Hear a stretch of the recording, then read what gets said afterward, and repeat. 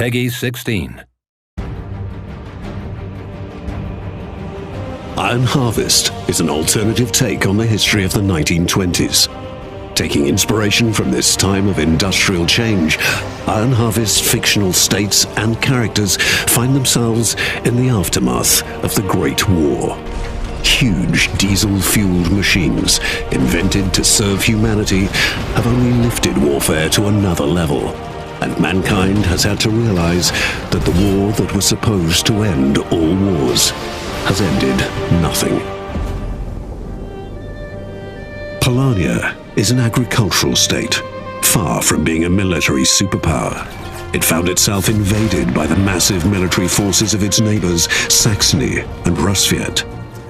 Occupied by both, the Polanian government settled for an unfavorable armistice, leaving its population nearly defenseless. The Polanian people, however, are far from giving up the fight for their homeland.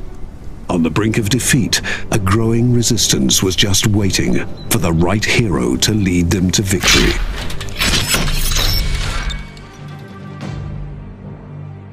The Polanian rebels are split into several resistance cells and are fighting an unconventional war against the heavily armed forces occupying their homelands. This leads to very special troop characteristics. The Polanian mech lineup shows significant differences compared to the enemy troops.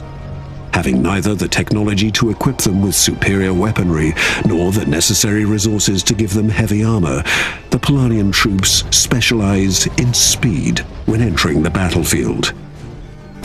With its long legs and relatively light frame, the PZM-7 Smiley is one of the quickest mechs in the game. Whilst reconnaissance is the first and foremost aspect of this unit, it is equipped with a high-range cannon, perfect for taking out damaged enemy units from afar.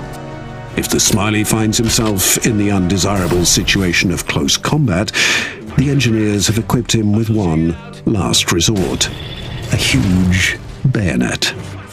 By putting himself at high risk, the Smiley is capable of inflicting heavy damage with a high-speed ram attack. Staying within the mindset of building a lightweight, quick meat grinder, we'll take a look at the PZM-9 Strasnik next. Being mocked by enemy forces as a walking trash can, their laughter stuck in their throats when its two massive side-mounted double-barrel machine guns open fire. Being able to move and fire at the same time makes the Strasnik the predestined anti-infantry weapon of the Polanian army. Its bullet storm ability increases the mech's fire rate and showers nearby enemies with deadly projectiles. A high-risk, high-reward maneuver, because after this massive attack, the heavy MGs need a few seconds to cool down. Unmatched in its unique combination of speed and heavy armor is the latest stroke of genius of the Polanian engineers, the PZM-16 Soth. This troop carrier does not sacrifice speed to vulnerability and is as fast moving backwards as it is forwards. The infantry it is carrying makes it a powerhouse against enemy infantry or armored units. Equipped with a roof-mounted 360-degree mortar, it inflicts damage on a wide radius around it. Even more so when it switches to stationary mode and boosts its defenses and combat strength.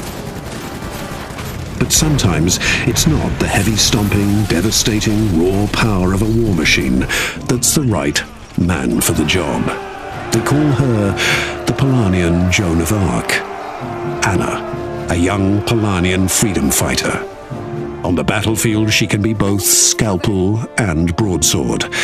With her long-range sniper rifle, she can take out enemy infantry units one by one, or as a group, using piercing ammo.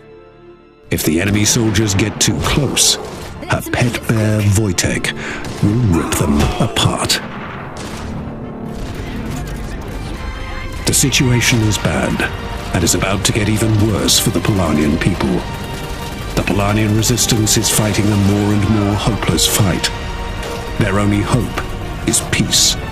But there are hidden powers trying to refuel the conflict and reignite